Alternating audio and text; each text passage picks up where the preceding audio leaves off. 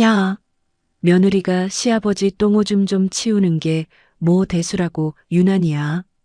중환자실에 쓰러진 시아버지 곁에서 며칠 밤을 꼬박 세운 저에게 시어머니가 매몰차게 뱉은 말입니다. 그렇게 저를 쫓아내듯 등 떠밀어 놓고 시어머니와 시누이가 향한 곳은 제주도였습니다. 엄마 모시고 힐링 여행. 제주도 흑돼지 맛집에서 생맥주를 들고 환하게 웃고 있는 그들의 사진을 본 순간 28년간 시댁에 8억을 쏟아부으며 피눈물을 삼켰던 제 인내의 댐이 마침내 쩍쩍 갈라지기 시작했습니다. 은혜를 원수로 갚는 선 넘은 시댁 식구들, 호구 며느리의 살벌하고도 완벽한 경제적 참교육, 지금 바로 시작합니다. 제가 24, 꽃다운 나이에 이 집에 시집 온 지 벌써 28년이 되었습니다. 남편과 맨손으로 시작해 연매출 30억짜리 인테리어 회사를 일구기까지 제 청춘은 온통 땀과 눈물뿐이었죠. 시누이 사업 실패로 날린 2억, 시동생 전세금 1억 5천, 그리고 매달 시어머니께 들어가는 생활비까지. 저희 부부가 시댁에 쏟아부은 돈만 가뿐히 8억이 넘어요. 그런데도 시어머니의 입버릇은 늘 똑같았습니다. 큰 며느리가 당연히 해야 하지. 그럼 누가 해? 너는 복 받은 줄 알아라. 우리 종혁이 같이 착한 남자가 어디 있다고. 잘해드려도 칭찬 한마디 들어본 적이 없었습니다. 어머니의 눈에는 늘 시누이만 불쌍하고 예쁜 내 새끼였으니까요. 그래도 가족이니까, 제가 맏며느리니까 참자고 스스로를 다독이며 버텨왔습니다. 그런데 그 아슬아슬했던 인내심에 불을 지피는 사건이 터지고 말았죠. 여보, 어떡해. 아버지가 쓰러지셨대. 빨리 병원으로 가봐야 할 것 같아. 회사에서 한창 결제 서류를 검토하고 있을 때 남편이 하얗게 질린 얼굴로 뛰어들어왔습니다. 시아버지가 뇌경색으로 갑자기 쓰러지셨다는 거였어요. 저희는 정신없이 응급실로 달려갔습니다. 아이고, 영감. 어쩌면 좋아. 나 혼자 두고 먼저 가면 어떡하라고. 응급실 복도에는 시어머니가 바닥에 주저앉아 통곡을 하고 계셨습니다. 그 옆에는 시누이가 팔짱을 낀 채 안절부절 못하고 있었죠. 어머니, 진정하세요. 아버님 괜찮으실 거예요. 제가 다가가서 어깨를 감싸 안았지만 시어머니는 제 손을 획 뿌리치셨습니다. 네가 진정하게 생겼니? 영감이 쓰러졌는데. 그리고 수술비가 3천만 원이나 든다잖아. 당장 그 큰 돈을 어디서 구해? 어머니의 시선은 정확히 저를 향해 꽂혀 있었습니다. 걱정 마시라. 저희가 내겠다는 그 당연한 대답을 기다리시는 눈빛이었죠. 걱정 마세요, 어머니. 수술비는 저희가 알아서 할 테니까 아버님 수술 무사히 마치시는 것만 기도해요. 제 입에서 그 말이 나오자마자 시어머니의 울음소리가 거짓말처럼 잦아들었습니다. 시누이도 그제야 한숨을 크게 내쉬며 제 손을 덥석 잡더군요. 역시 우리 언니밖에 없어. 언니 진짜 고마워. 그래, 아가씨. 아버님 수술부터 무사히 끝내자. 수술은 다행히 잘 끝났지만 문제는 그 다음이었습니다. 아버님은 중환자실을 거쳐 일반 병실로 옮기셨고 기약 없는 병수발이 시작된 겁니다. 당연하다는 듯 간병의 몫은 오롯이 제게 떨어졌습니다. 회사 일은 뒷전으로 미루고 저는 매일 병원으로 출근 도장을 찍어야 했어요. 어머니, 저 밥만 먹고 올 테니까 잠깐만 아버님 좀 보고 계세요. 제가 간병에 지쳐 퉁퉁 부은 얼굴로 말하자 텔레비전을 보던 시어머니가 인상을 팍 씁니다. 아유, 나는 허리가 끊어질 것 같아서 못 앉아 있겠다. 나이 먹은 늙은이가 병수발을 어떻게 드니? 네가 밥을 좀 늦게 먹으면 되지. 어머니, 저 어제부터 한 끼도 못 먹었어요. 진짜 딱 30분만요. 그럼 정미한테 오라고 해라. 아니, 걔는 애들 학원 픽업 다녀야 해서 바쁘댔지. 아유, 몰라. 네가 알아서 해. 어머니는 아예 소파에 드러누워 버리셨습니다. 기가 막혀서 말이 안 나오더군요. 그때 병실 문이 열리며 남편이 들어왔습니다. 퇴근하자마자 달려온 거였죠.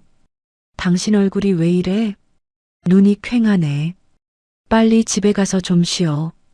오늘 밤은 내가 아버지 곁에 있을게. 남편이 제 어깨를 주무르며 안쓰러운 표정으로 말했습니다.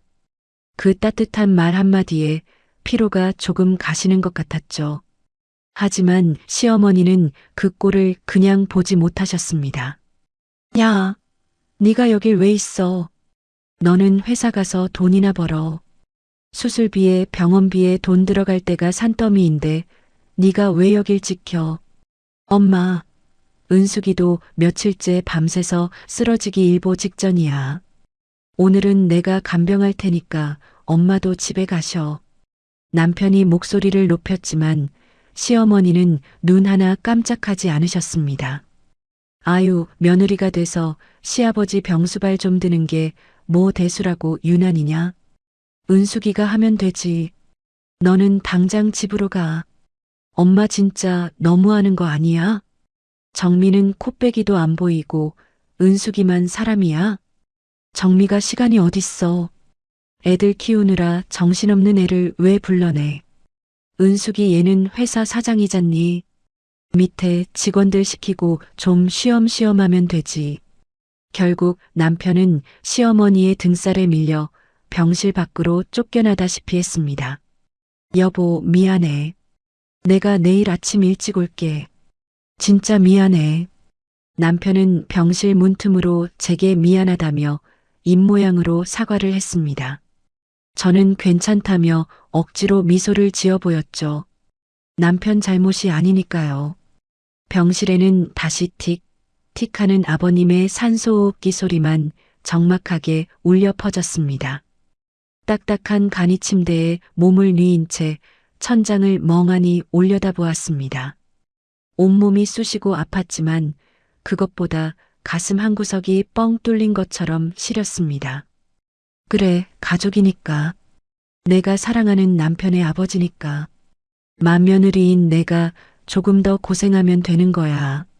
스스로를 최면 걸듯 위로하며 무거운 눈꺼풀을 감았습니다. 내가 참으면 다 평화로울 거라고 그렇게 꾹꾹 눌러 담으며 오늘 하루도 버텨낼 뿐이었습니다. 딱딱한 간이 침대의 한기가 등줄기를 타고 서늘하게 스며들었습니다. 아버님이 쓰러지시고 입원하신 지 벌써 3주 차에 접어들었습니다. 제 몸도 한계를 넘어가고 있었어요. 밤낮이 뒤바뀐 병원 생활에 머리는 멍했고 소독약 냄새는 이제 제 살냄새처럼 배어버렸습니다. 딱딱한 보호자용 간이 침대에서 새우잠을 자다 보니 온몸의 뼈마디가 비명을 지르는 것 같았어요. 그래도 회사를 아예 비울 수는 없어서 낮에는 틈틈이 노트북을 켜놓고 업무를 봐야 했습니다. 여보, 밥은 좀 챙겨 먹고 있는 거야? 전화기 너머로 들려오는 남편의 목소리에는 미안함이 가득 배어 있었습니다. 응, 아까 매점 가서 대충 빵이랑 우유 먹었어. 당신은 저녁 먹었어? 나는 방금 거래처 사람들이랑 밥 먹고 헤어졌어. 내가 지금 병원으로 갈 테니까 당신은 오늘 집에 가서 좀 자. 얼굴이 반쪽이 됐더라. 남편의 따뜻한 말에 울컥 눈물이 날 뻔했지만 저는 애써 씩씩한 척 목소리를 높였습니다. 아니야, 당신 내일 아침 일찍 중요 미팅 있잖아. 왔다 갔다 하면 시간만 버려. 나 진짜 괜찮으니까 당신은 씻고 푹 쉬어. 진짜 미안해 죽겠네. 엄마랑 정민은 진짜 왜 그러는지 몰라. 내가 내일 엄마한테 다시 한번 단단히 말할게. 됐어. 어머니 허리도 안 좋으시다는데 오시면 뭐해? 괜히 긁어부스럼 만들지 말고 그냥 둬. 내가 할 수 있는 데까지 해볼게. 전화를 끊고 나니 병실은 다시 쥐죽은 듯 고요해졌습니다. 아버님의 거친 숨소리와 모니터에서 일정한 간격으로 울려 퍼지는 기계음만이 이 방을 채우고 있었죠. 저는 아버님의 마른 손을 수건으로 조심스럽게 닦아드렸습니다. 핏기가 가신 얼굴을 뵈니 안쓰러운 마음이 들어 저도 모르게 한숨이 새어나왔어요. 그렇게 밤 11시가 훌쩍 넘어가고 있었습니다. 밀려오는 졸음을 참지 못하고 꾸벅꾸벅 졸던 순간이었습니다. 스르륵. 제 손에 쥐어져 있던 핸드폰이 바닥으로 툭 떨어지고 말았습니다. 깜짝 놀라 잠에서 깬 저는 서둘러 핸드폰을 주워들었죠. 그런데 어두운 병실 안에서 환하게 켜진 핸드폰 화면을 본 순간 제 심장이 철렁 내려앉았습니다. 화면에는 신우이 정미의 카카오 스토리 알림이 떠 있었어요. 아가씨가 이 밤중에 웬 사진을 다 올렸지? 평소 같으면 그냥 넘겼겠지만 그날따라 왠지 모를 불안감이 엄습했습니다. 저는 떨리는 손으로 알림을 터치해 신우이의 계정으로 들어갔습니다. 그리고 눈앞에 펼쳐진 사진 한 장에 저는 그 자리에서 돌처럼 굳어버리고 말았습니다. 화면 가득 펼쳐진 사진의 배경은 한눈에 봐도 으리으리한 식당이었습니다. 테이블 한가운데에는 두툼한 제주도 흑돼지가 노릇노릇하게 구워지고 있었죠. 그 불판을 둘러싸고 너무나도 행복한 표정으로 부위를 그리고 있는 세 사람. 다름 아닌 시어머니, 신우이, 그리고 신우이 남편이었습니다. 사진 아래에는 애교 섞인 이모티콘과 함께 글귀가 적혀 있었습니다. 엄마 모시고 힐링 여행, 제주 맛집, 흑돼지 맛있다, 효도 여행, 우리 가족 사랑해. 저는 제 눈을 의심하며 사진을 확대하고 또 확대했습니다. 허리가 끊어질 것 같다며 병원 의자에는 10분도 못 앉아 있겠다던 시어머니셨습니다. 그런 시어머니가 커다란 생맥주 잔을 번쩍 들고 세상을 다 가진 것처럼 환하게 웃고 계셨죠. 애들 학원 픽업 때문에 도저히 시간이 안 난다며 발을 동동 구르던 신우이는 화려한 원피스에 선글라스까지 머리에 얹은 채 남편과 다정하게 얼굴을 맞대고 있었습니다. 망치로 머리를 얻어맞은 듯 눈앞이 아득해졌습니다. 병실에 누워 생사를 오가는 아버지를, 시아버지를 저 혼자 덩그러니 남겨두고 그들은 자기들끼리 제주도로 날아가 고기를 뜯으며 축배를 들고 있었던 겁니다. 효도 여행이라는 기가 막힌 포장지를 씌운 채 말이죠. 손이 부들부들 떨리기 시작했습니다. 가슴 속에서 뜨거운 불덩이 같은 것이 치밀어 올라 숨을 제대로 쉴 수가 없었어요. 지난 28년 동안 제가 참아왔던 시간들이 주마등처럼 스쳐 지나갔습니다. 시어머니의 병원비, 시누이의 빚잔치, 시동생의 전세금. 그 모든 것을 군말 없이 책임졌던 제 자신이 한없이 바보 같고 비참하게 느껴졌습니다. 저는 그들의 가족이 아니었습니다. 그저 언제든 빼먹을 수 있는 편리한 지갑이자 귀찮은 일을 대신해주는 무료 파출부였을 뿐입니다. 병실에는 여전히 아버님의 산소호흡기 소리가 울려 퍼지고 있었습니다. 쉭, 쉭. 마치 짐승의 거친 숨결 같은 그 소리가 지금 이 순간만큼은 저의 어리석음을 비웃는 것처럼 들렸습니다. 하하. 어이없는 실소가 터져 나왔습니다. 눈물이 차올라 시야가 뿌옇게 흐려졌지만 저는 입술을 꽉 깨물었습니다. 입안에서 비릿한 피 맛이 맴돌았죠. 24부터 28년 동안 겹겹이 쌓아 올렸던 인내의 댐이 가족이라는 이름으로 억지로 틀어막고 있었던 그 거대한 댐이 마침내 쩍쩍 소리를 내며 금이 가기 시작했습니다. 제주도의 그 환한 웃음들이 댐을 무너뜨리는 마지막 폭약이 되어버린 것입니다. 뜬 눈으로 밤을 지새웠습니다. 아니, 억울하고 분해서 도저히 눈을 감을 수가 없었죠. 신우이의 카카오 스토리 속 그 환한 웃음들이 제 망막에 달라붙어 떨어지지 않았습니다. 효도 여행이라는 그 가증스러운 글자가 제 심장을 수백 번은 난도질하는 것 같았어요. 날이 밝아오며 병실 창문 너머로 희스름한 아침 햇살이 스며들었습니다. 하지만 제 마음속은 그 어느 때보다 차갑게 얼어붙어 있었죠. 더 이상 눈물도 나오지 않았습니다. 28년 동안 제 눈을 가리고 있던 미련한 장막이 확 걷히는 기분이었으니까요. 보호자님, 아버님 혈압 체크 좀 할게요. 밤새 별일 없으셨어요? 아침 회진을 도는 담당 간호사가 밝은 목소리로 병실에 들어왔습니다. 저는 자리에서 일어나 구겨진 옷매무새를 가다듬고 정중하게 고개를 숙였습니다. 네, 간호사님. 그동안 저희 아버님 신경 써주셔서 정말 감사했습니다. 간호사가 무슨 소리냐는 듯 동그란 눈으로 저를 쳐다봤습니다. 네, 무슨 말씀이세요? 보호자님 어디 가세요? 아, 네. 제가 개인적인 사정이 생겨서 오늘부터는 간병을 못할 것 같아서요. 앞으로는 다른 가족들이 올 겁니다. 수고하세요. 저는 미련 없이 병실을 나섰습니다. 뒤에서 아버님의 거친 숨소리가 들려왔지만 이번에는 단 한 번도 뒤돌아보지 않았어요. 제가 향한 곳은 병원 1층 원무과였습니다. 어떻게 오셨습니까? 여기 703호 박만수 환자요. 병원비 자동이체 걸어둔 거 지금 당장 해지해 주세요. 원무과 직원이 모니터를 두드리더니 약간 당황한 표정으로 저를 올려다보았습니다. 보호자님, 지금까지 병원비 전액을 이 카드로 결제하셨는데요. 자동이체를 해지하시면 당장 내일 중간 정산부터 미납 처리가 되는데 괜찮으시겠어요? 네, 괜찮습니다. 당장 해지해 주시고요. 앞으로 병원비 청구는 이 번호로 연락해서 받으세요. 저는 시어머니와 시동생, 그리고 시누이의 전화번호를 또박또박 적어서 직원에게 내밀었습니다.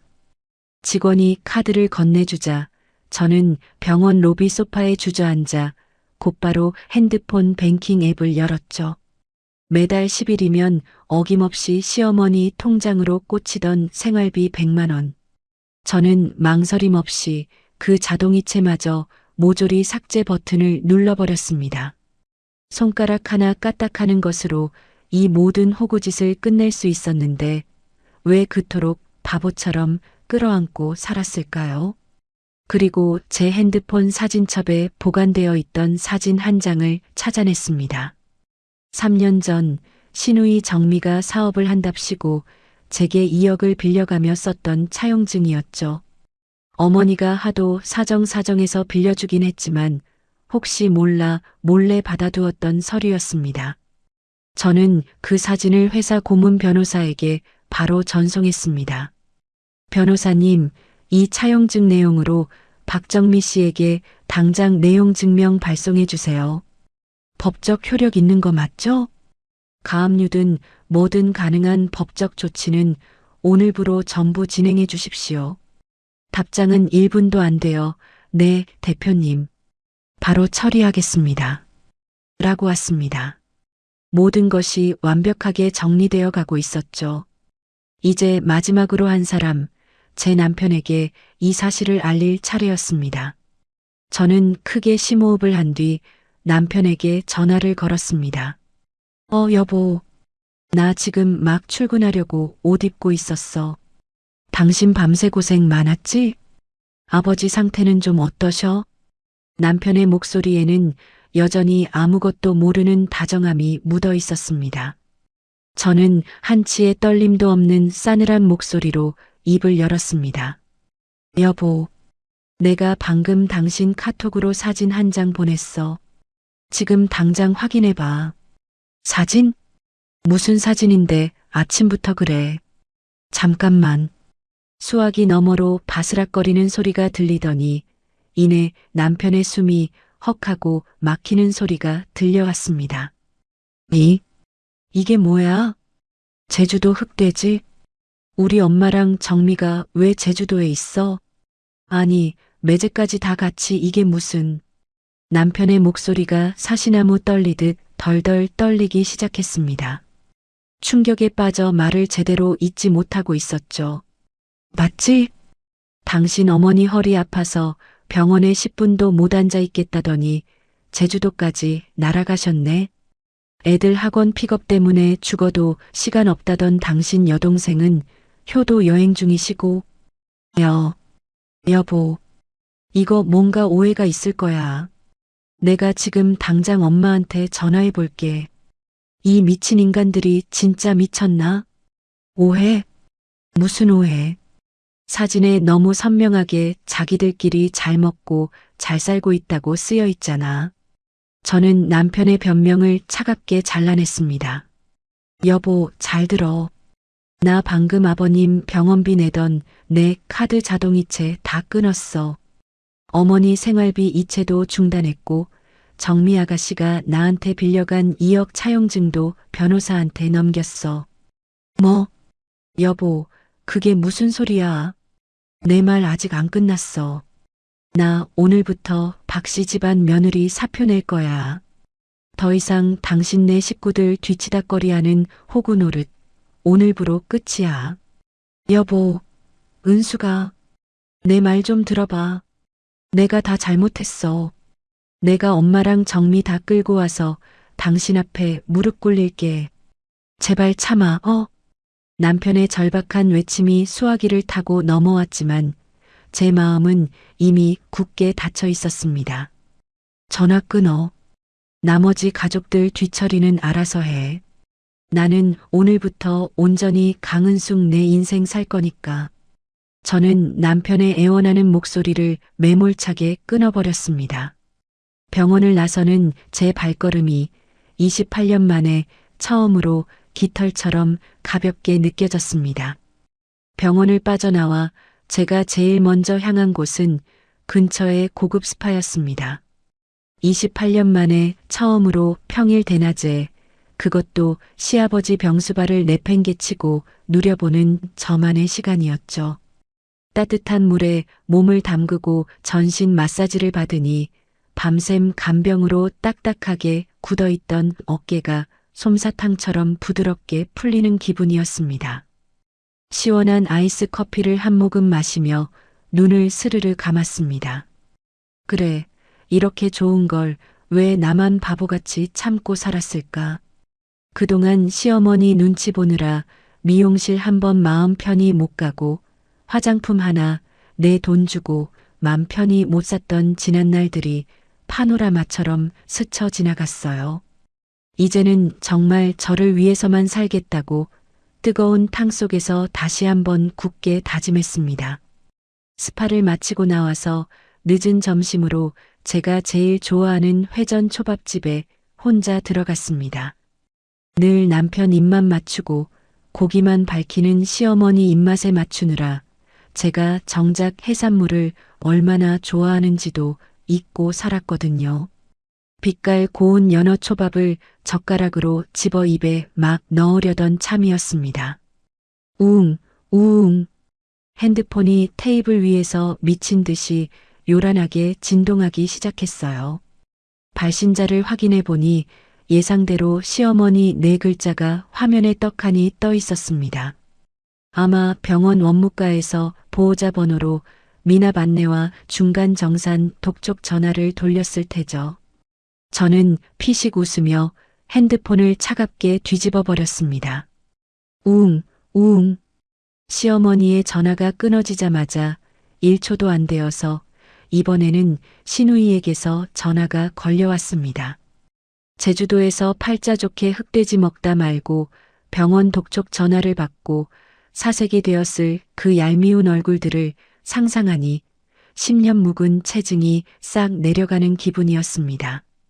당연히 시누이 전화도 가볍게 무시해 주었죠. 그러자 곧바로 카카오톡 메시지가 폭탄처럼 쏟아지기 시작했습니다. 야, 너 지금 어디야? 전화 당장 안 받아. 병원에서 원무과로 내려오라는데 네가 감히 결제를 안 하고 도망가. 야, 너 당장 안 돌아와. 시어머니의 날카로운 육성이 귓가에 직접 때려 박히는 것처럼 다급하고 살벌한 문자열이었습니다. 예전 같았으면 심장이 철렁 내려앉아 밥숟가락도 내던지고 불이 나게 병원으로 달려갔을 텐데 말이죠. 지금은 그저 화면 속 글자들을 보며 헛웃음만 픽픽 새어나오더군요.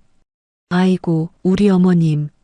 제주도에서 문자 치시느라 손가락 관절 아프시겠네.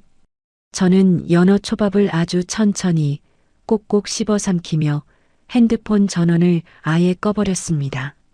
생전 처음으로 시어머니의 전화를, 그것도 이렇게 길길이 날뛰는 전화를 무시해버린 짜릿한 순간이었습니다. 초밥을 든든하게 다 먹고 근처 공원을 한가롭게 산책하고 있을 때 업무용 폰이 울렸습니다. 남편의 개인 비서에게서 온 연락이었죠. 대표님, 저 지금 사장님께서 사모님 연락이 안 되신다고 회의실에서 난리가 나셨습니다. 알아요. 제가 일부러 꺼뒀거든요. 사장님께서 딱 한 번만 통화하게 해달라고 너무 부탁하셔서요. 연결해 드릴까요? 잠시 고민하다가 남편의 전화를 넘겨받았습니다. 여보, 너 진짜 전화기 꺼둔 거야. 응, 밥 먹고 산책하느라 방해받기 싫어서. 제 평온하고 느긋한 목소리에 남편은 숨을 헐떡이며 소리쳤습니다. 당신 지금 제정신이야. 엄마가 제주도에서 병원 연락받고 혈압 올라서 쓰러지기 일보 직전이셔. 정미도 돈 없다고 난리 났고 병원에서 오늘 당장 중간 정산 안 하면 아버님 약물 치료 끊고 퇴원시키겠다고 으름장을 놨나 봐. 그래. 근데 그게 나랑 무슨 상관인데. 무슨 상관이라니. 아무리 그래도 아버님이 중환자실에서 갓 나오셨는데 결제를 뚝 끊어버리면 어떡해. 당신이 일단 병원비부터 조용히 내고 나서 그 다음에 제주도에서 식구들 올라오면 화를 내든 따지든 해야 할 거 아니야. 남편의 다급한 목소리 속에는 은연중에 그래도 며느리인 네가 먼저 수습해야 하지라는 뻔뻔한 이기심이 깔려 있었습니다. 저는 산책하던 걸음을 멈추고 얼음장처럼 차갑게 내뱉었습니다. 여보, 내가 분명히 말했지? 나는 이제부터 당신네 박씨 집안 며느리 아니라고. 당신 아버지가 병원에서 쫓겨나든 말든 그건 당신이랑 당신 엄마, 당신 여동생이 알아서 할 일이야. 여보, 제발. 나 지금 회사에 당장 처리해야 할 급한 결제가 터져서 지금 병원으로 뛰어갈 수도 없단 말이야. 당신이 한 번만 져주라, 회사 일이 중요하면 아버님은 제주도에 계신 어머니랑 아가씨가 챙기시면 되겠네. 효도 여행 아주 거창하게 가신 분들인데 당장 비행기표 끊어서 오시라고 해. 비행기 값은 흑돼지 사 먹을 돈 아껴서 알아서들 하시겠지. 은수가, 너 진짜 왜 이렇게 하루아침에 독해졌어? 독해진 게 아니라 이제야 제정신을 차린 거야. 앞으로 나한테 당신네 식구들 문제로 연락하지 마. 그리고 내 변호사가 아가씨한테 보낸 내용 증명이나 꼼꼼히 읽어보라고 전해. 저는 남편의 애절한 대답도 듣지 않고 전화를 뚝 끊어버렸습니다. 봄바람이 살랑이며 제 머리카락을 부드럽게 흩트려 놓았습니다. 하늘은 구름 한 점 없이 눈부시게 맑았고 28년 만에 온전히 들이마시는 자유의 공기는 그야말로 달콤한 꿀맛이었습니다. 저 멀리 벤치에 앉아 여유롭게 풍경을 감상하는 제 모습이 눈앞에 펼쳐진 호수 수면에 잔잔하게 비치고 있었습니다. 공원 산책을 느긋하게 마친 저는 그 길로 차를 몰아 강원도 속초로 향했습니다. 28년 만에 처음으로 떠나는 저 홀로 여행이었죠. 핸드폰은 아예 꺼두었으니 시댁이 발칵 뒤집히든 말든 제 알바가 아니었습니다. 탁 트인 겨울 바다를 보며 맛있는 것도 먹고 그동안 못 잤던 잠도 실컷 잤어요. 그렇게 꿈 같은 2박 3일이 훌쩍 지나갔습니다. 집으로 돌아오는 길, 드디어 전원을 켜자마자 부재중 전화 수백 통과 문자가 폭포수처럼 쏟아졌습니다. 그 중에는 남편이 보낸 절박한 음성 메시지도 섞여 있었죠. 여보, 나야. 제발 전화 좀 받아봐. 엄마랑 정미 오늘 아침 비행기로 급하게 올라왔어. 병원비는 일단 내가 비상금 깨서 원무과에 겨우 막았는데 지금 다들 우리 집 앞에서 벌벌 떨고 있단 말이야. 당신 현관 비밀번호 언제 바꾼 거야? 문 좀 열어줘, 제발. 저는 피식 헛웃음을 흘렸습니다. 제주도에서 허겁지겁 도망치듯 올라와서는 곧장 제 집으로 쳐들어갈 심산이었나 봅니다. 당장 제 머리채라도 잡고 흔들며 네가 감히 병원비를 끊어? 하고 패악을 부릴 생각이었겠죠. 하지만 저는 속초로 떠나기 전 이미 현관도어록 비밀번호부터 싹 바꿔둔 상태였습니다. 저는 남편에게 짧은 문자 한 통을 보냈습니다. 집으로 안 가. 당신 식구들 다 데리고 회사 3층 대회의실로 와. 회사에 도착해 회의실에 미리 세팅을 마쳤을 무렵이었습니다. 쾅!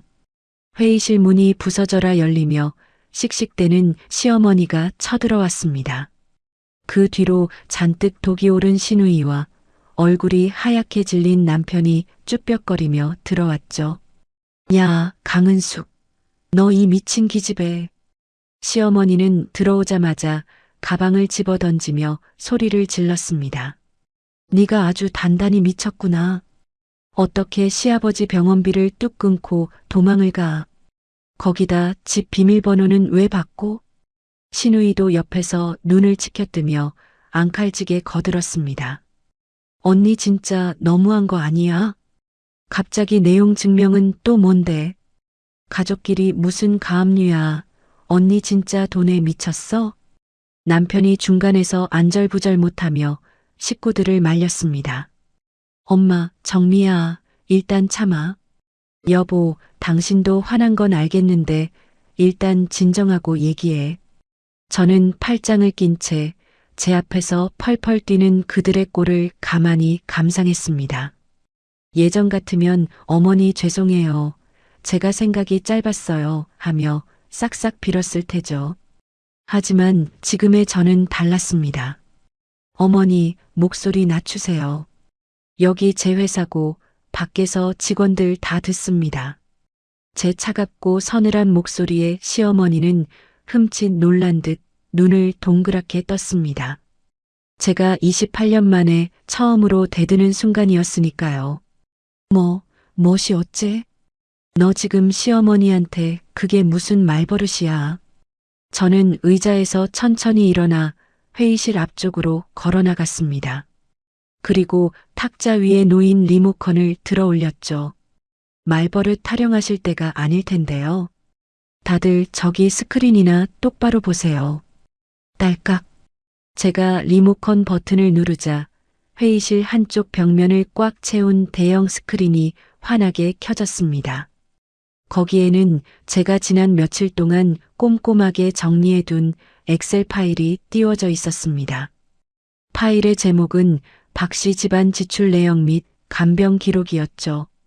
그 옆에는 시누이가 카카오 스토리에 자랑스럽게 올렸던 제주도 흑돼지 파티 사진이 대문짝만하게 박혀 있었습니다. 이게 다 뭐야? 남편의 눈이 휘둥그레졌습니다.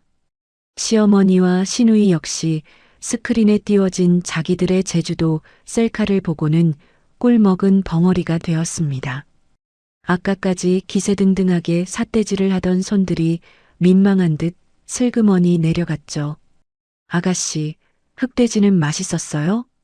어머니도 허리 아프다더니 생맥주 잔 드실 힘은 있으셨네요?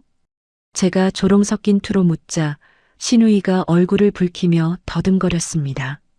언니, 그게 아니라 엄마가 너무 우울해 하셔서 내가 기분 전환 시켜드리려고. 기분 전환? 저는 책상을 쾅 내리치며 소리쳤습니다. 제 입에서 나온 파열음에 세 사람은 어깨를 움찔하며 겁먹은 표정을 지었습니다. 당신 너의 아버지가 중환자실에서 숨 넘어가고 있는데 기분 전환? 며느리한테 병수발, 병원비 다 떠넘기고 니들끼리 처먹은 고기가 목구멍으로 넘어가디. 여보, 진정해. 남편이 다가와 제 팔을 잡으려 했지만 저는 매몰차게 뿌리쳤습니다. 당신도 빠져. 오늘 내가 이 자리에서 당신네 박씨 집안 식구들 낯짝이 얼마나 두꺼운지 낱낱이 까발려 줄 테니까. 저는 레이저 포인터를 들어 스크린에 띄워진 빼곡한 숫자들을 가리켰습니다. 단 한 번도 입 밖으로 꺼내지 않았던 28년치 팩트 폭행, 진짜 참교육의 시작이었습니다. 제가 들고 있던 레이저 포인터의 붉은 점이 화면의 맨 윗줄을 가리켰습니다. 아가씨, 네가 5년 전에 프랜차이즈 카페 한답시고 말아먹은 돈이요. 그거 어머니가 내 남편, 아니 자기 아들 바짓가랑이 붙잡고 울고불고 해서 내가 내준 돈이야. 그때 아가씨가 나한테 뭐라고 했어? 대박 나면 원금에 이자까지 쳐서 갚겠다고 했지? 근데 5년 동안 단돈 10,000원이라도 갚은 적 있어? 신우이는 고개를 푹 숙인 채 입술만 달싹거렸습니다. 언니, 내가 일부러 안 갚은 게 아니라 애들 교육비에 대출 이자에. 변명하지 마. 저는 신우이의 말을 매몰차게 자르고 포인터를 다음 줄로 내렸습니다. 어머니, 30 넘도록 백수 노릇하던 서방님 늦장가 갈 때 전세금 1억 5천만 원. 그것도 저랑 남편이 해줬습니다.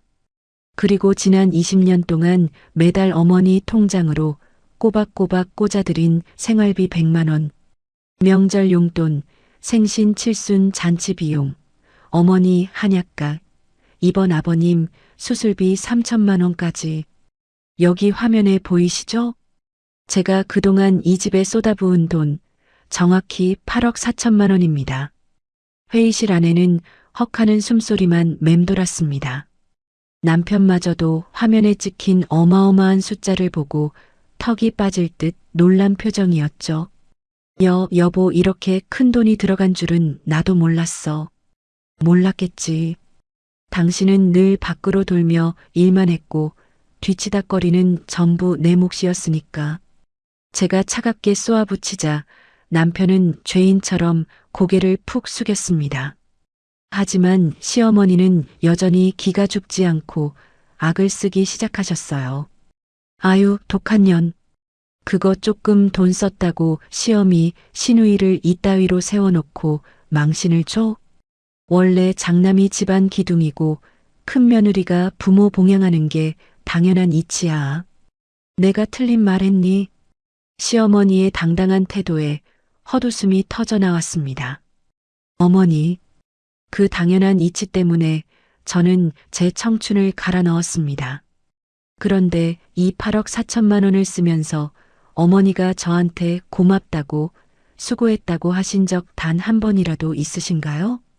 제가 기록을 아무리 뒤져봐도 어머니가 감사하다고 말씀하신 횟수는 정확히 0번이더라고요.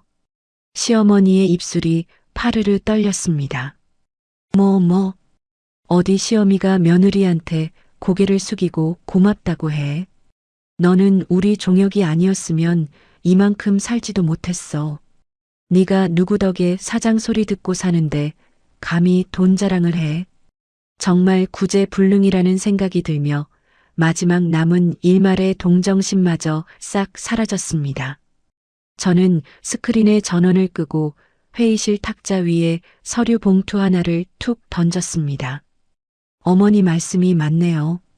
저는 고마움도 모르는 사람들한테 혼자 착한 척, 가족인 척 헛짓거리를 한 겁니다.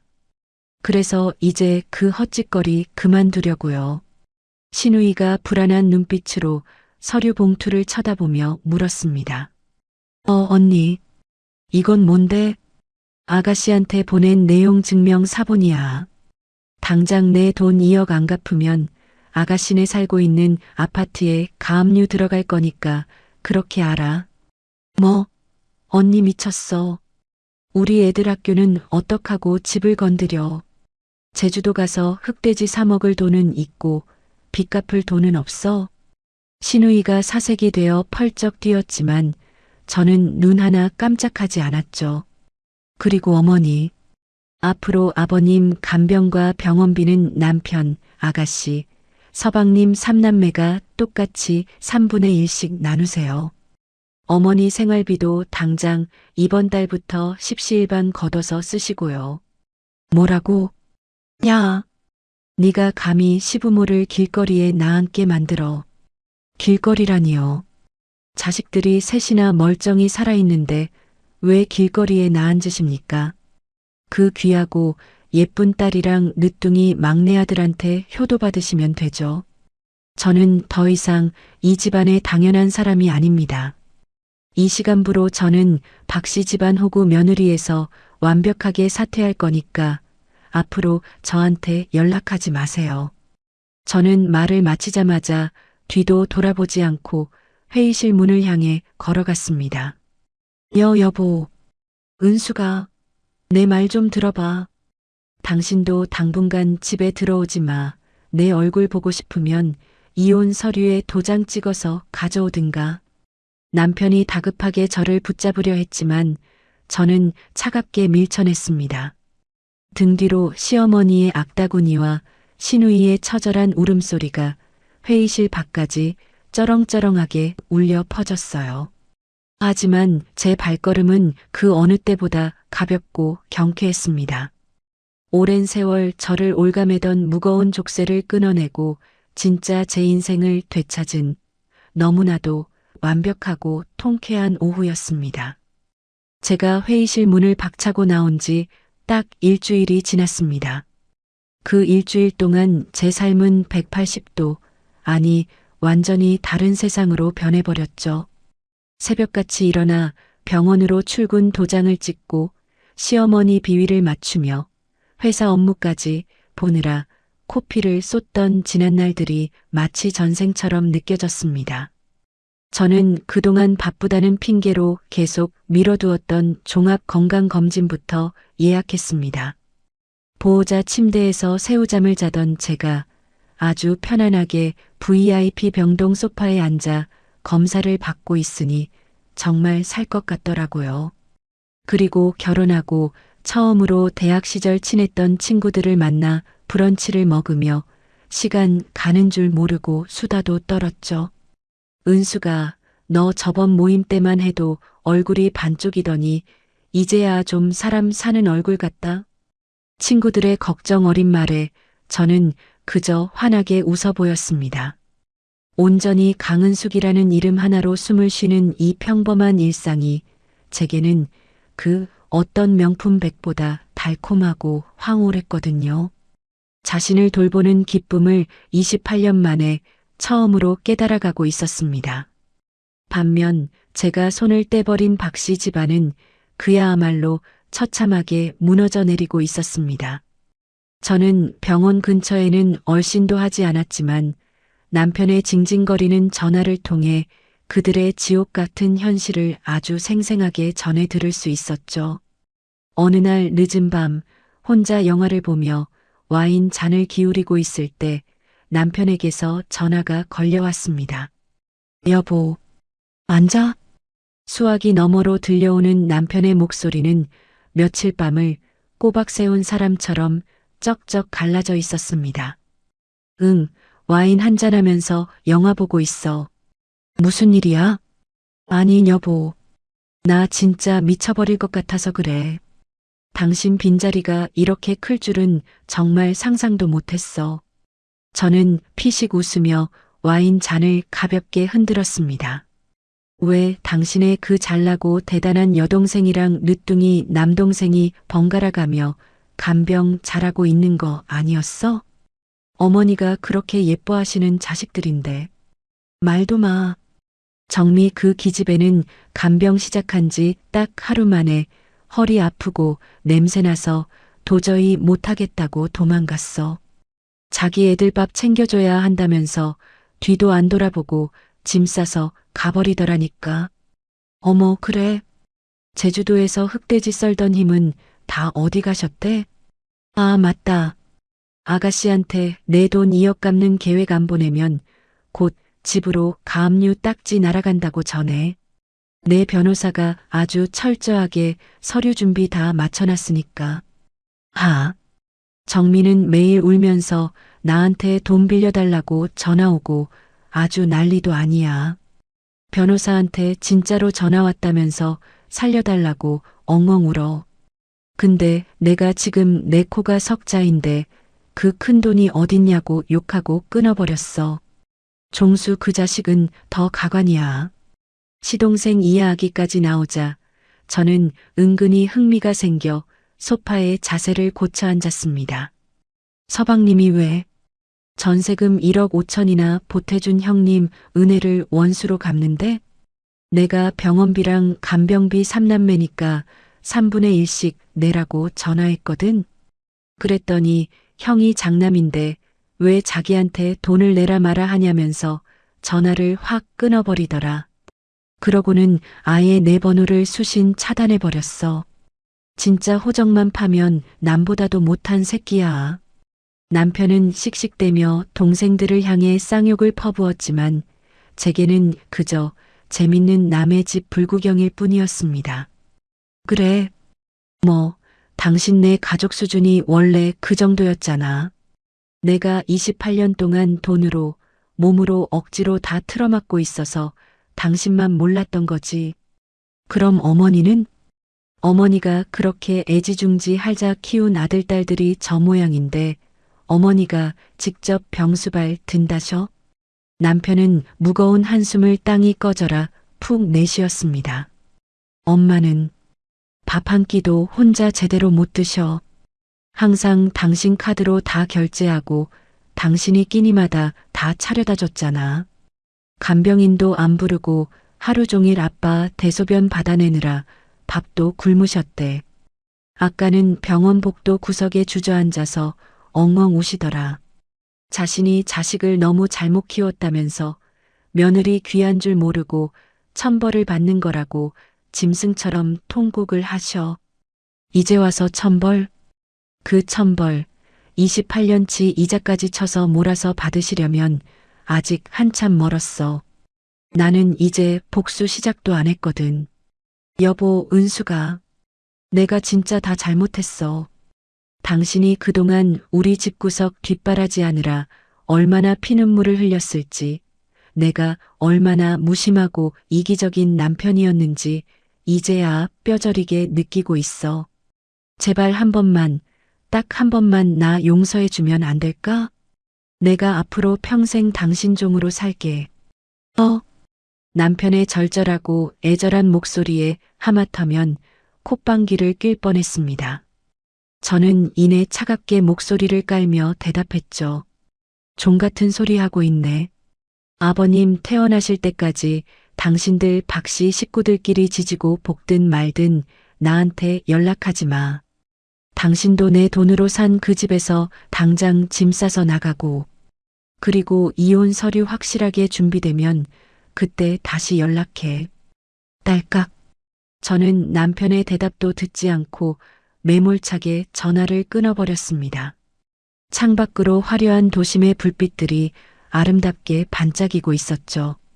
한때는 저 화려한 불빛조차 쳐다볼 여유 없이 퀴퀴한 냄새가 나는 병실 구석에서 쪼그려 자야 했던 제 모습이 떠올라 코끝이 살짝 찡해졌습니다. 하지만 이제는 완벽하게 다릅니다. 제가 제 돈과 인내심으로 억지로 쌓아 올렸던 견고한 모래성에서 제가 쏙 빠져버리자 그 집안은 한순간에 와르르 무너져 내렸습니다. 그토록 기고만장하고 오만했던 시어머니가 밥 한 끼 못 사 먹는 자신의 늙고 초라한 무력함에 눈물을 흘리고 있습니다. 그렇게 이기적이던 시누이와 시동생이 돈줄이 끊기자 서로를 원망하며 매몰차게 등을 돌리고 있었죠. 저는 직접 제 손에 피 한 방울, 흙먼지 하나 묻히지 않았습니다. 오직 진실과 팩트라는 거울 앞에 그들의 민낯을 세워둔 것만으로도 충분히 고통받고 있으니까요. 저는 남은 와인을 단숨에 시원하게 들이켰습니다.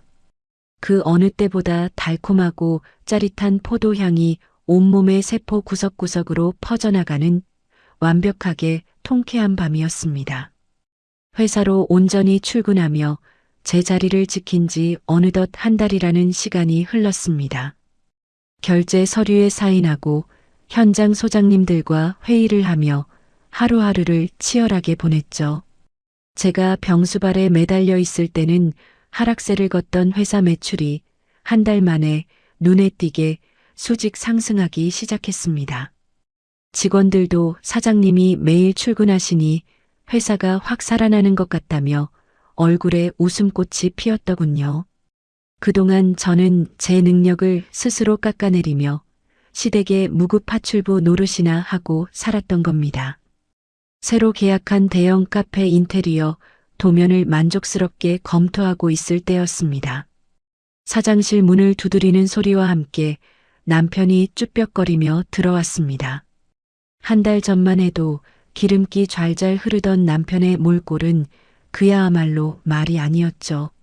수염은 덥룩하게 자라 있었고 셔츠 깃은 구겨진 채 눈 밑에는 시커먼 다크서클이 무릎까지 내려와 있었습니다. 무슨 일이야? 이혼 서류 준비 다 됐어? 제가 도면에서 눈도 떼지 않고 차갑게 묻자 남편이 제 책상 앞 의자에 털썩 주저앉았습니다. 여보, 나 진짜 죽을 것 같아. 하루하루가 생지옥이야. 지옥? 당신은 아직 지옥 문턱도 못 밟았어. 내가 28년 동안 뒹굴었던 진짜 지옥이 어떤 건지 아직 멀었지. 남편은 마른 세수를 하며 기어들어가는 목소리로 말했습니다. 정민의 집에 결국 어제 가압류 딱지 붙었어. 매제가 그거 보고 눈 뒤집혀서 정미 머리채 잡고 이혼하자고 난리치고 집 나갔대. 정민은 애들 데리고 길바닥에 나앉게 생겼다고 나한테 전화해서 살려달라고 악을 쓰는데 나 진짜 돌아버리는 줄 알았어. 저는 펜을 내려놓고 남편의 퀭한 눈을 똑바로 쳐다보았습니다. 그러게 내가 경고했잖아. 내 변호사는 빈말 안 한다고.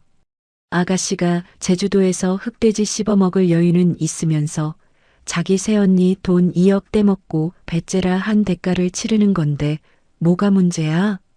여보, 그래도 하나뿐인 시누이인데 길거리에 나앉게 생겼다잖아. 당신이 가압류만이라도 좀 풀어주면 당장 나가. 제가 차갑게 쏘아붙이자 남편의 입이 떡 벌어졌습니다. 여보, 한 번만 더 내 앞에서 그 집구석 빚쟁이들 편들면 당신부터 횡령으로 고소할 거야. 당신이 그동안 내 결제 없이 회사 돈 빼돌려서 시어머니랑 시누이한테 갖다 바친 거 내가 모를 줄 알아? 장부 다 털어서 콩밥 먹기 싫으면 입 다물어. 남편은 새파랗게 질린 얼굴로 꿀먹은 벙어리가 되었습니다.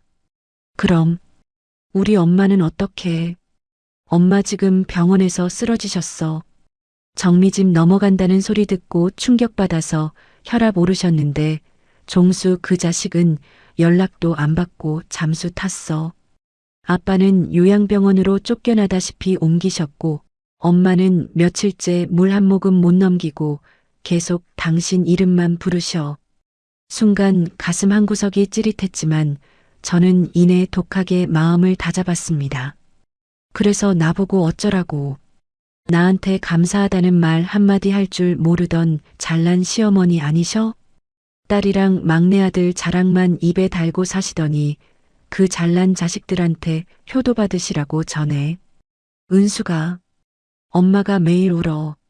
자기가 눈이 멀어서 진짜 귀한 자식을 몰라봤다고 은숙이 얼굴 한 번만 보게 해달라고 내 손을 잡고 애원하셔. 내가 중간에서 진짜 피가 말라 죽을 것 같아서 그래. 제발, 나는 갈 일 없어. 그리고 앞으로 회사로 불쑥불쑥 찾아오지 마. 직원들 보기 부끄럽지도 않아? 할 말 다 했으면 당장 나가. 저는 매정하게 고개를 돌려버렸습니다. 남편은 한참을 제자리에 서서 우물쭈물하더니 결국 무거운 발걸음을 돌려 사장실을 나갔습니다. 남편의 축 처진 어깨를 보니 28년 전 처음 저에게 반지를 끼워주며 평생 손에 물 한 방울 안 묻히게 해주겠다던 그 청년의 얼굴이 떠올라 코끝이 시큰해졌습니다. 하지만 흔들려서는 안 되었습니다. 어설픈 동정심으로 다시 그 늪에 발을 들였다가는 평생을 호구 며느리로 이름 없이 살아가야 할 테니까요. 저는 창밖으로 시선을 돌려 맑게 갠 하늘을 올려다보았습니다.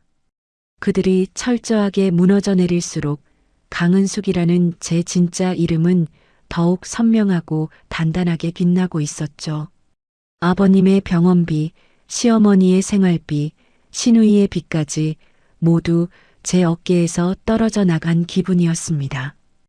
홀가분하면서도 한편으로는 묘하게 씁쓸한 감정이 가슴 밑바닥을 맴돌았어요. 그렇게 또 며칠이 정신없이 흘러갔습니다. 오후 회의를 막 마치고 사장실로 돌아와 따뜻한 차를 한 잔 마시려던 참이었죠. 똑똑.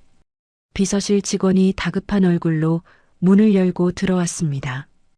대표님, 저기 1층 로비에 손님이 찾아오셨는데요. 손님? 오늘 예약된 미팅은 다 끝났을 텐데. 누구신데 그래요? 직원은 난감한 표정으로 제 눈치를 살피며 더듬거렸습니다.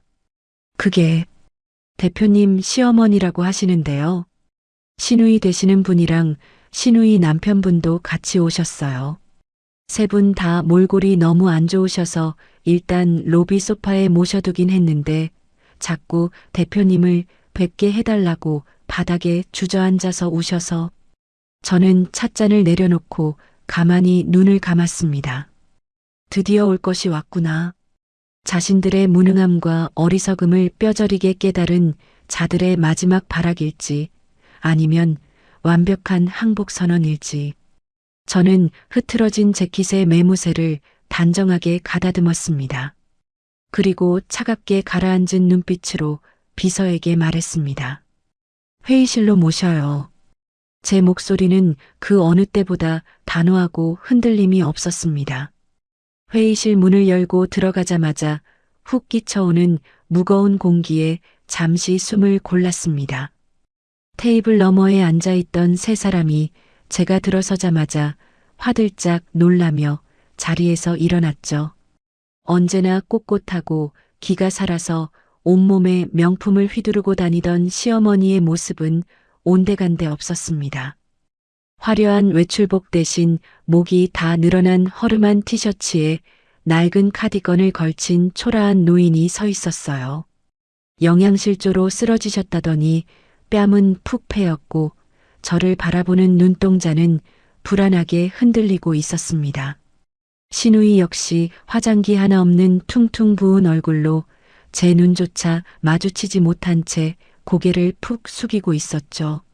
남편은 그 두 사람 곁에서 죄인처럼 서서 제 눈치만 힐끔거렸습니다. 앉으세요. 제가 차갑게 한마디를 내뱉으며 상석에 가서 앉자 세 사람은 그제야 머뭇거리며 다시 의자에 엉덩이를 걸쳤습니다. 회사에는 웬일이십니까? 저번처럼 또 제 입에서 험한 소리 들으시려고 일부러 여기까지 오신 건 아닐 테고요. 제 비수 같은 말에 시어머니의 마른 어깨가 움찔거렸습니다. 잠시 무거운 침묵이 흐르더니 시어머니가 덜덜 떨리는 손으로 품에서 꼬깃꼬깃하게 접힌 종이봉투 하나를 꺼냈습니다.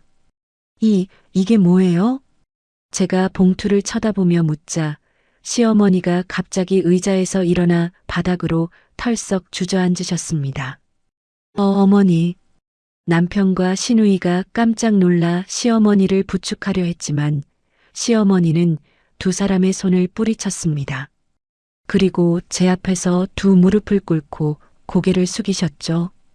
28년 동안 제게 단 한 번도 굽힌 적 없던 그 꼿꼿하던 고개가 차가운 회의실 바닥을 향해 꺾인 겁니다. 은수가 시어머니의 입에서 제 이름 석자가 흘러나왔습니다. 큰 며느리도 아니고 야아도 아니고 28년 만에 처음 들어보는 저의 이름이었습니다. 시어머니의 목소리는 물기에 젖어 심하게 떨리고 있었어요. 내가 미안하다. 정말 내가 죽을 죄를 지었어. 저는 꼿꼿하게 앉아 무릎 꿇은 시어머니를 조용히 내려다보았습니다. 은수가 네가 없었으면 우리 집안은 진작에 풍비박산 나고 길거리에 나앉았을 거다. 내가 그걸 뻔히 알면서도 내 자식들 기죽을까봐 일부러 모른 척했어. 너를 밟고 올라서야 내 새끼들이 편할 줄 알았던 이 늙은이의 미친 욕심이었지. 내가 천벌을 받아서 이제야 그걸 깨달았어. 용서해다오. 제발 나를 한 번만 용서해다오. 시어머니는 주름진 손으로 바닥을 치며 오열하기 시작하셨습니다. 그 처절한 울음소리에 시누이도 참았던 눈물을 터뜨리며 제 앞으로 다가와 무릎을 꿇었습니다. 언니, 나 진짜 나쁜 년이었어. 언니 돈 빌려서 내 맘대로 쓰고 언니가 아빠 병수발 혼자 다 할 때도 나 혼자 살겠다고 도망치고 언니 없는 이 집구석이 얼마나 끔찍하고 허망한지 이제야 뼈저리게 느꼈어. 나 진짜 언니한테 짐 안 될게. 언니가 시키는 대로 평생 빚 갚으면서 살게. 그러니까 가압류만 제발 풀어줘 언니. 시누이는 제 바짓가랑이를 부여잡고 어린아이처럼 엉엉 울었습니다. 가족끼리 똘똘 뭉쳐서 저를 몰아세우고 뜯어먹던 그 악독한 사람들이 이렇게 제 발밑에서 살려달라고 애원하고 있는 겁니다. 여보, 남편도 제 앞으로 다가와 무릎을 꿇으며 제 손을 조심스럽게 잡았습니다. 당신이 28년 동안 얼마나 외롭고 힘들었을지 내가 어떻게 감히 다 안다고 하겠어. 내가 못난 놈이야. 내가 당신 지켜주지 못하고 우리 엄마, 내 동생들 방패막이 노름만 시켰어. 나 평생 당신한테 속죄하면서 살게. 한 번만 기회를 줘. 응? 저는 제 손을 꽉 잡고 있는 남편의 손을 내려다보았습니다. 그리고 제 앞에서 울부짖는 시어머니와 시누이를 한참 동안 말없이 바라보았죠. 가슴속 깊은 곳에서 알 수 없는 뜨거운 덩어리가 치밀어 올랐습니다. 통쾌함과 허탈함, 그리고 28년 동안 켜켜이 쌓여있던 억울함이 한꺼번에 터져 나오는 것 같았어요. 저는 천천히 남편의 손을 빼내고 자리에서 일어났습니다. 그만 일어나세요. 제 차분한 목소리에 세 사람의 울음소리가 잦아들며 저를 올려다보았습니다. 어머니가 주신 이 편지 당장 읽어보지는 않겠습니다. 하지만 어머니가 무릎까지 꿇으면서 하신 사과가 그저 지금 당장 닥친 위기를 모면하려고 하신 빈말이 아니기를 바래요. 아니다, 은수가. 정말 진심이야. 내 목숨을 걸고 하는 진심이야. 시어머니가 다급하게 고개를 저으며 대답하셨습니다. 저는 시누이에게 시선을 돌렸습니다. 아가씨, 빌려간 2억은 다달이 얼마씩 상환할 건지 정확하게 계획서 써서 내일까지 가져와. 그거 보고 가압류 취하를 하든 말든 결정할 거니까. 언니. 고마워. 진짜 고마워. 내가 식당 설거지를 해서라도 꼭 다 갚을게. 마지막으로 남편을 바라보았습니다. 여보, 당신은 아버님 요양병원 문제부터 제대로 해결해. 서방님한테 내용 증명을 보내서라도 병원비 받아내고 장남으로서 당신이 책임지고 수습해. 응, 알았어. 내가 무조건 다 할게. 종수 그 자식은 법대로 해서라도 무조건 돈 받아낼게. 저는 깊은 한숨을 내쉬며 뭉클해지는 목소리를 애써 가다듬었습니다. 저도 이 가족을 평생 미워하고 저주하면서 살고 싶지는 않아요. 저도 제 남편의 가족이고 아버님의 며느리니까요. 다만 이제는 완벽하게 달라져야 합니다. 앞으로 2번 다시 저를 이 집안의 당연한 사람으로 취급하지 마세요. 제 단호한 선언에 회의실 안은 쥐죽은 듯 고요해졌습니다. 며느리는 부려먹는 노예가 아닙니다. 앞으로 저를 호구 며느리가 아니라 인간 강은숙이자 진정한 가족으로 대해주세요. 그게 안 된다면 저는 언제든 다시 뒤도 돌아보지 않고 떠날 겁니다. 시어머니는 눈물이 범벅이 된 얼굴로 연신 고개를 끄덕이셨고 남편은 다시금 제 손을 꽉 쥐었습니다. 그제야 제 가슴을 무겁게 짓누르고 있던 28년 묵은 거대한 돌덩이가 사르르 녹아내리는 기분이 들었습니다. 그날 회의실에서의 눈물바다가 지나가고 어느덧 6개월이라는 시간이 흘렀습니다. 계절이 한번 바뀌는 동안 저희 박씨 집안에는 정말이지 믿기 힘든 기적 같은 변화들이 찾아왔죠. 우선 가장 큰 변화는 아버님의 간병과 병원비 문제였습니다. 남편은 제가 지시한 대로 시동생에게 내용 증명을 보내고 끝까지 매섭게 몰아붙였습니다. 결국 꼼짝없이 병원비와 간병비를 토해내게 된 시동생은 입이 대발이나 나와서 씩씩거리더군요. 하지만 어쩌겠어요. 본인도 피할 수 없는 3남매 중 하나인걸요. 신우이 아가씨 역시 자신이 뱉은 말대로 동네 식당 주방 보조 아르바이트를 시작했습니다. 화려한 옷차림과 네일아트는 싹 지워버린 채 매달 제게 꼬박꼬박 빌린 돈의 원금과 이자를 갚아나가고 있죠. 그리고 드디어 오늘 기나긴 치료를 마치신 아버님이 건강을 회복하시고 요양병원에서 퇴원하시는 날입니다. 여보, 차 대기시켜놨어. 이제 아버님 모시고 나오면 돼. 남편이 병원 현관 앞에 차를 세우며 저를 향해 밝게 손을 흔들었습니다. 저 멀리서 신우이가 아버님의 휠체어를 밀며 조심스럽게 다가오고 있었어요. 그 옆에는 시어머니가 아버님의 짐가방을 든 채 환하게 웃으며 걸어오고 계셨습니다. 예전 같았으면 저 무거운 짐가방은 당연히 제 차지였을 테고 시어머니는 뒷짐을 지고 걸으셨겠죠. 어머니, 짐 이리 주세요. 제가 다가가서 가방을 받아들려 하자 시어머니가 화들짝 놀라며 가방을 뒤로 획 숨기셨습니다. 아이고, 아니다. 이거 솜털같이 가벼워서 내가 들어도 충분해. 너는 회사 일하느라 피곤할 텐데 무거운 거 절대 들지 마라. 시어머니는 제 손을 따뜻하게 토닥이며 다정하게 말씀하셨습니다. 은수가, 우리 영감 이렇게 다시 2다리로 태어날 수 있는 거 다 내 덕분이다.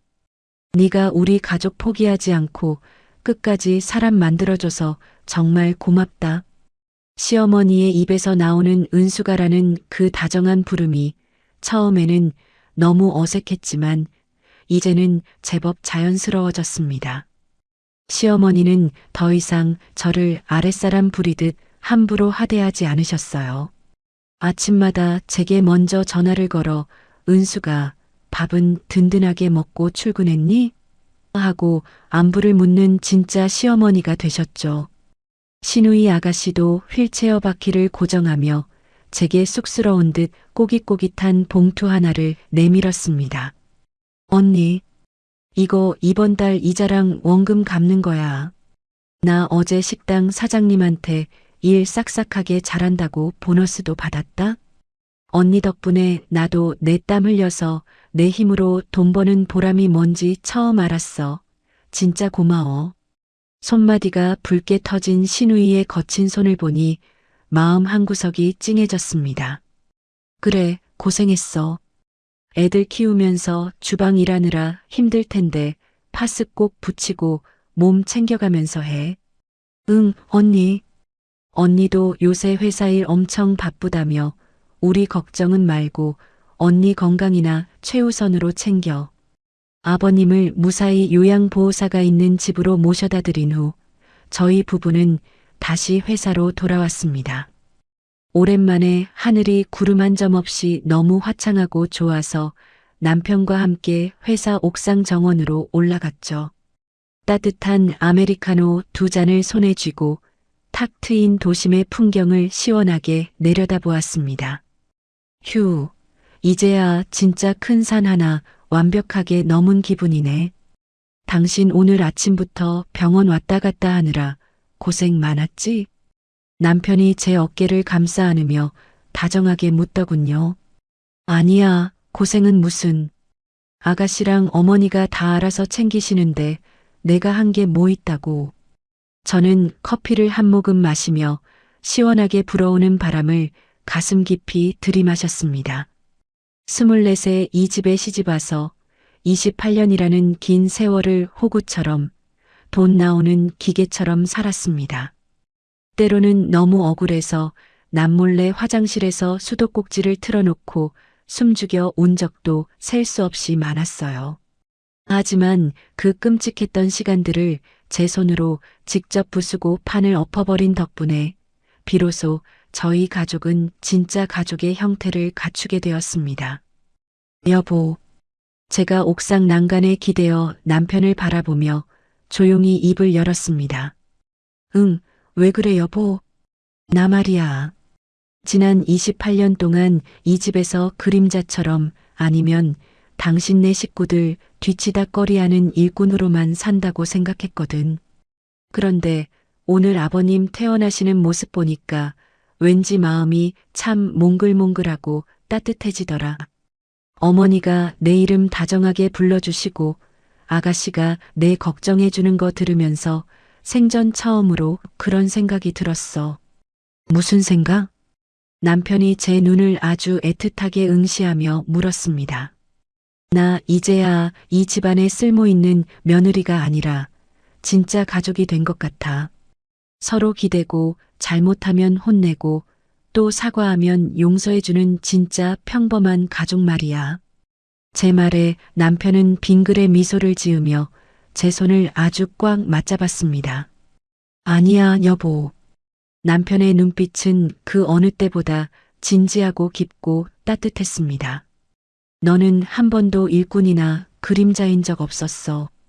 너는 처음 우리 집에 온 그 24살의 순간부터 지금까지 쭉 이 집안의 가장 든든한 기둥이었어. 나를 비롯해서 우리 식구들 모두가 바보 천치라서 이제야 그 엄청난 사실을 깨달은 것뿐이지. 남편의 그 따뜻한 한마디에 콧날이 찡해지며 눈시울이 확 붉어졌습니다. 진짜야. 당신 없었으면 박종혁이라는 사람도 이 자리에 없었고 우리 박씨 집안은 진작에 모래성처럼 흔적도 없이 무너졌을 거야. 우리 집안의 기둥, 강은숙. 나 버리지 않아줘서 진짜 고맙고 사랑한다. 남편이 저를 품에 와락 끌어안았습니다. 남편의 넓고 든든한 가슴에 얼굴을 묻으니 28년치의 묵은 상처와 흉터들이 봄눈 녹듯 사르르 녹아내리는 기분이 들었어요. 우리가 함께 눈물로 지켜낸 이 가정, 그리고 제가 제 이름과 권리를 당당하게 되찾으며 똑바로 세운 이 집안. 앞으로도 살아가면서 크고 작은 파도는 치겠지만 이제는 조금도 두렵지 않습니다. 저는 더 이상 참고 희생만 하는 당연한 사람이 아니니까요. 저는 강은숙, 이 집안을 굳건하게 떠받치고 있는 세상에서 가장 당당하고 멋진 진짜 기둥입니다.